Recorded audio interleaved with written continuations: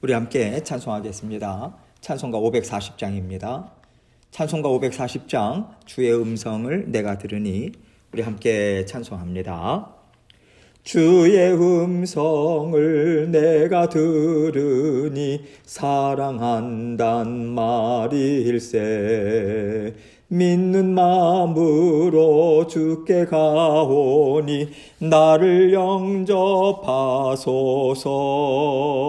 내가 매일 십자가 앞에 더 가까이 가오니 구세주의 흘린 보배 피로써 나를 정케 하소서. 주여 넓으신 은혜 베푸사 나를 받아주시고 나의 품은 뜻 주의 뜻같이 되게 하여 주소서. 내가 매일 십자가 앞에 더 가까이 가오니 구세주의 흘린 보배 피로써 나를 정케 하소서. 주의 보좌로 나갈 때에 어찌 아니 기쁠까. 주의 얼굴을 항상 배우니 더욱 친근합니다. 내가 매일 십자가 앞에 더 가까이 가오니 구세주의 흘린 보배 피로써 나를 정케 하소서. 우리 구주의 넓은 사랑을 증량할 자 없으며 주가 주시는 참된 기쁨도 헤아릴 수 없도다. 내가 매일 십자가 앞에 더 가까이 가오니 구세주의 흘린 보배 피로써 나를 정케 하소서. 아멘. 기도하겠습니다. 하나님 아버지 감사합니다. 언제나 저희의 허물, 죄를 주님께서 용서해 주시고 언제나 불쌍히 여겨주심으로 저희를 찾아와 주셔서 감사합니다. 말씀으로 성령 하나님의 은혜로 저희를 감싸주시고 어느 때 어느 시간이든지 어떠한 상태에 있든지 언제나 주 여호와 아버지 하나님께서 주시는 그 은혜, 십자가의 보혈의 은혜 온전히 붙들고 설 수 있도록 아버지 전진할 수 있도록 저희를 인도하여 주셔서 정말 감사합니다. 오늘도 아버지 하나님의 그 은혜가 앞서감을 저희들이 믿는 믿음으로 뒤쫓을 수 있도록 도와주시고 아버지 하나님 언제나 주 여호와 아버지 하나님께서 우리를 사랑해 주시는 우리의 아버지 되신 하나님이심을 믿는 믿음으로 승리하고 담대하고 늘 주님 안에서 평안을 누릴 수 있도록 도와주옵소서. 오늘도 생업과 우리의 모든 생사화복 다 주님께 의탁합니다. 주님 다 맡아주시고 아버지 하나님 오늘도 아버지 하나님의 말씀과 더불어 승리의 삶을 살아가는 저희 모두가 될 수 있도록 은총 베풀어 주옵소서. 모든 것을 감사드리며 예수 그리스도의 귀하신 이름으로 기도합니다. 아멘. 하나님 말씀 마태복음 23장 37절로 39절입니다. 마태복음 23장 37절로 39절 말씀 제가 읽겠습니다. 예루살렘아 예루살렘아 선지자들을 죽이고 너에게 파송된 자들을 돌로 치는 자여 암탉이 그 새끼를 날개 아래에 모음같이 내가 너의 자녀를 모으려 한 일이 몇 번이더냐. 그러나 너희가 원하지 아니하였도다. 보라 너희 집이 황폐하여 버려진 바 되리라. 내가 너희에게 이르노니 이제부터 너희는 찬송하리로다. 주의 이름으로 오시는 이여 할 때까지 나를 보지 못하리라 하시니라. 아멘. 하나님께서는요 수많은 선지자들을 이스라엘 백성들에게 보내주셨습니다. 그 선지자들을 통해서 하나님께서 주시는 말씀은요, 이스라엘 백성들이 하나님의 마음을 알지 못해서 하나님의 말씀을 잘못 이해하고 살아갈 때 그것을 제대로 깨우쳐 줄 때도 있었고요. 또 하나님의 말씀을 아예 듣지 않으려고 할 때 그것이 죄라고 하는 것을 드러내주는 무서운 경고의 역할을 할 때도 있었습니다. 이것이 선지자들이 하나님을 대신해서 한 일인데, 오늘 본문을 보면요, 이스라엘 백성들은 하나님이 보내주신 선지자들을 반긴 적이 없습니다. 하나같이 다 미워하고요, 거짓 선지자들로 몰아버린다던가 자신들의 뜻과 맞지 않을 때는 하나님의 말씀에 불순종하면서요, 하나님께 돌이키지를 않았어요. 이런 역사가 계속해서 반복되고 있는 가운데 예수님께서 이 땅에 메시아로 오셨단 말이죠.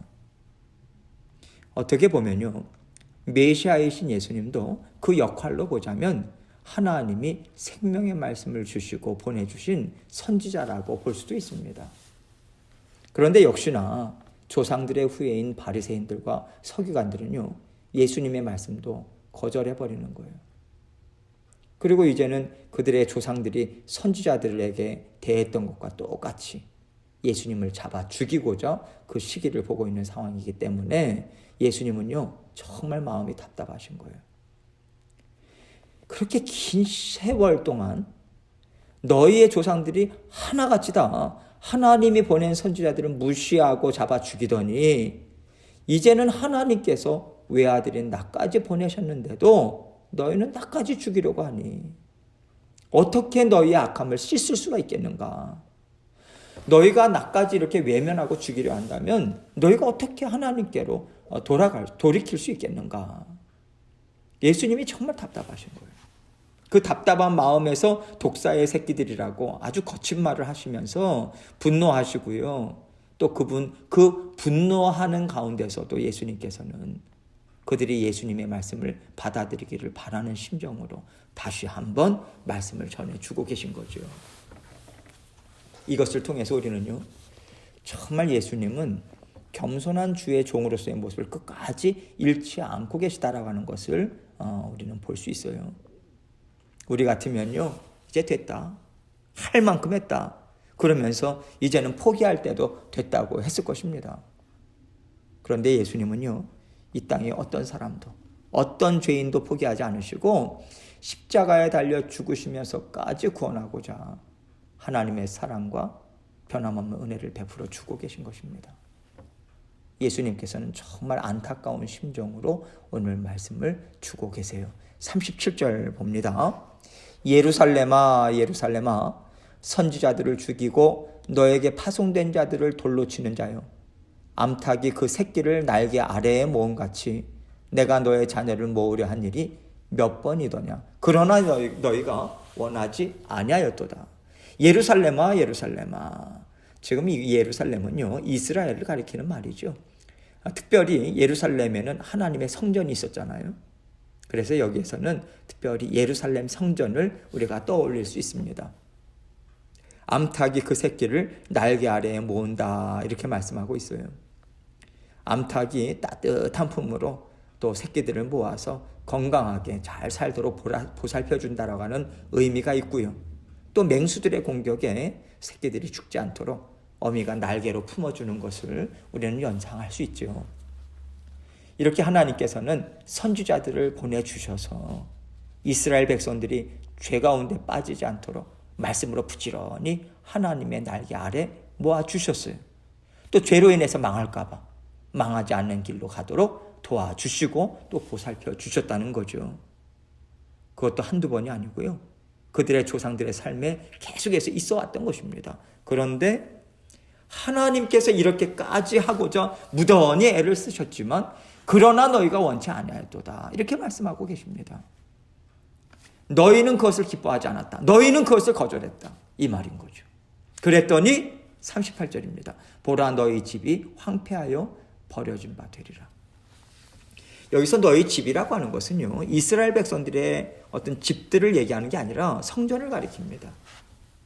훗날에 보면요, AD 70년에 로마의 디도 장군에 의해서 예루살렘 그리고 예루살렘 성전 완전히 다 황폐하게 됩니다. 예언의 말씀대로 돌 하나도 돌 위에 남지 않을 정도로 완전히 황폐하게 돼요. 예수님께서는 왜 굳이 너희 집이라고 말씀하셨을까요?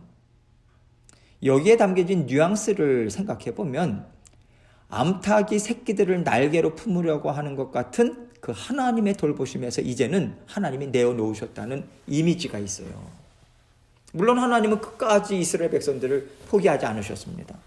그러나 지금 이 의미는요, 하나님이 지키시고 보호하시는, 다시 말해서 어떻게 해서든지 은혜를 베푸셔서 이스라엘 백성들과 함께 하시는 성전의 의미는 더 이상 아닌 거예요. 어떻게 보면 하나님 편에서 이제는 너희가 마음대로 해봐라, 이런 뉘앙스가 있는 것 같습니다. 39절입니다. 내가 너희에게 이르노니 이제부터 너희는 찬송하리로다 주의 이름으로 오시는 이여 할 때까지 나를 보지 못하리라 하시니라. 너희가 너희 조상들이 한 것과 같이 나까지 내어버리고 죽인다면 너희는 내가 이 땅에 재림하는 날까지 이 땅에서 하나님이 주시는 은혜, 보살핌, 만족과 기쁨, 자유함, 이런 것들을 결코 온전히 누리지 못하게 될 것이다. 이 경고의 말씀입니다. 바리새인들과 서기관들이 예수님의 말씀을 듣고도 예수님을 그들 손으로 못 박았다면요, 그리고 회개하고 돌이키지 않았다면 그들에게는 구원의 문이 열리지 않습니다. 천국에 들어가지 못하는 것뿐만 아니라 이 땅에서부터 그들은 지옥과도 같은 삶을 살아갈 수밖에 없다라고 하는 것을 엄중히 말씀하고 계시는 거죠.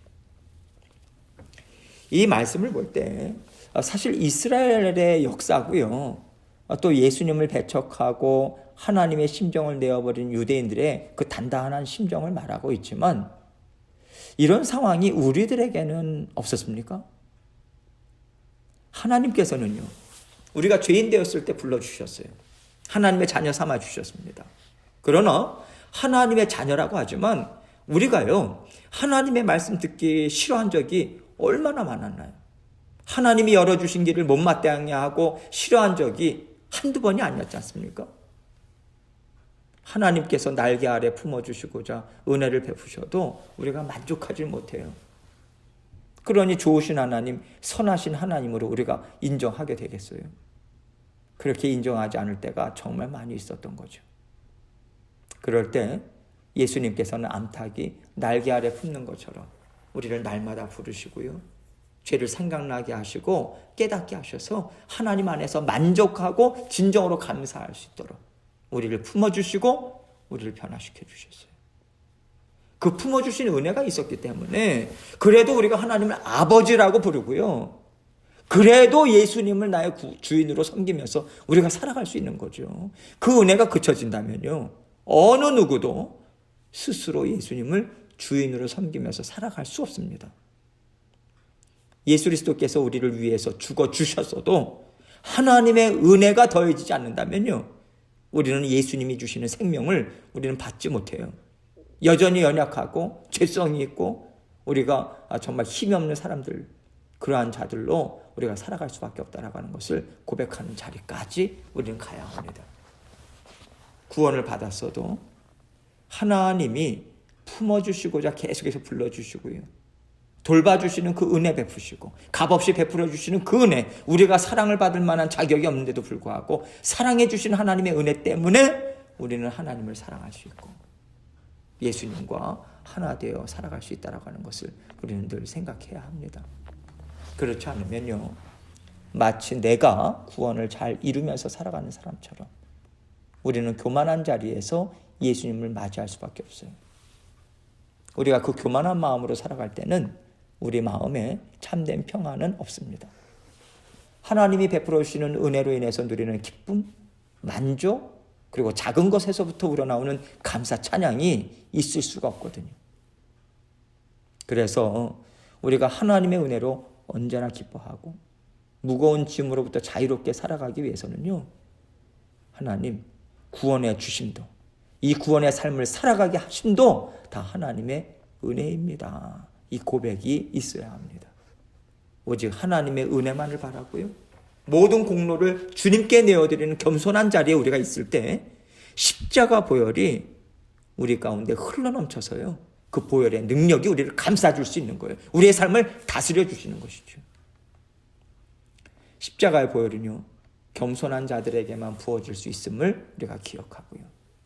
하나님의 은혜와 능력이 우리의 삶을 돌보시고 굳게 붙잡아 주기를 원한다면 우리는 언제나 낮은 자리, 언제나 겸손한 자리에서 하나님을 바라보고 의지해야 합니다.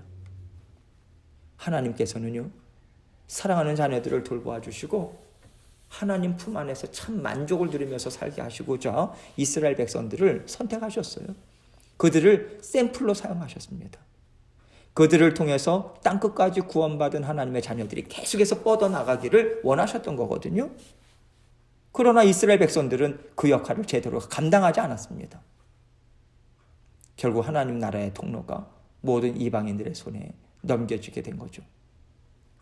그래서 우리는 하나님이 베풀어 주신 구원과 날마다 부어주시는 은혜를 우리가 만족해 하고요. 하나님과 하나된 화평한 관계를 우리는 먼저 가져야 돼요. 그러기 위해서는 우리가요, 하나님이 하시는 일에 대해서 어떠한 일이든지 하나님 알겠습니다. 하나님 옳습니다. 아버지 하나님은 완전하십니다. 이런 마음이 정말 나에게 있는지 날마다 살펴봐야 합니다. 그렇지 않고 이 사람은 왜 이래? 저 사람은 왜 저렇게 해? 하나님은 왜 이렇게 하셔? 이런 불평이 계속해서 자꾸만 나온다면 우리는 하나님과 합평하지 못하고 있는 거예요. 하나님의 은혜에 만족하고 감사하고 기뻐하지 못하고 있는 거죠. 그러면 그러한 심령이요, 하나님을 전하는 통로가 될 수 있을까요? 될 수 없습니다. 이스라엘 백성들처럼 복음의 통로, 구원의 통로를 빼앗겨버리고 말아요. 하나님이 들어 사용하실 수가 없습니다. 왜냐하면 불평하고 교만한 자리에 있을 경우에는요, 십자가를 우리가 의지하지 않거든요. 내가 하겠다고 합니다. 내가 주인이 되거든요. 그럴 경우에 그 자녀를 통해서는 십자가의 복음이 전해질 수가 없는 거예요. 구원받은 자녀들로서 이웃을 사랑하고 땅끝까지 구원의 복음을 전파하기 위해서는 내가 십자가의 보혈에 흠뻑 젖어 있어야 돼요. 그래야만 내가 하는 말과 생각과 삶을요 통해서 하나님의 사랑이 계속해서 끊임없이 흘러가게 되는 거거든요. 우리가 이스라엘 백성들을 통해서요, 나도 이스라엘 백성들이 서 있는 자리에 얼마든지 있을 수 있다라고 하는 거. 하나님께서 구원의 통로로 쓰시고자 나를 불러주셨는데 그 역할을 감당하지 못한다면 주님 오시는 날 나는 주님을 뵐 면목이 없을 것이다. 여러분, 이 마음가짐을 언제나 우리가 가져야 합니다. 마음에 못마땅하고 만족하지 못하는 마음이 있을지라도 그때마다 십자가 보혈을 의지해서요, 하나님이 하시는 일은 언제나 옳습니다. 하나님이 더 아름답게 모든 일들을 다스려 주실 것입니다. 이건 믿고요, 하나님 앞에서 화평함을 누리고자 우리는 애써야 돼요. 그렇다면 우리 자신은 언제나 하나님께서 기뻐 받으시는 산 예물이 될 것이고요, 또 하나님은 우리를 통해서 끝없이 십자가의 보혈을 흘려보내 주실 것입니다. 하나님께도 기쁨이 되고 삶도 아름답고 만족이 넘치는 복된 삶이 되도록 하나님께서 우리를 도와주실 것입니다. 이러한 삶을 날마다 살아가는 저와 여러분이 되시길 주님의 이름으로 축원합니다. 함께 기도하겠습니다. 우리에게 연약함과 죄성이 상당히 강하게 자리 잡고 있음을 우리가 분명하게 인식하고요, 우리 하나님께서 우리를 통해서 아버지 하나님의 나라를 확장해 나가기 원하시고 아름다운 하나님의 나라 빚으시기 원합니다. 기꺼이 우리의 마음과 생각 다 내어드릴 수 있도록 도와주옵소서. 위에서 기도해 주시고 각자의 기도 제목 가지고 또 주님 앞에 나아가도록 하겠습니다. 기도하시겠습니다.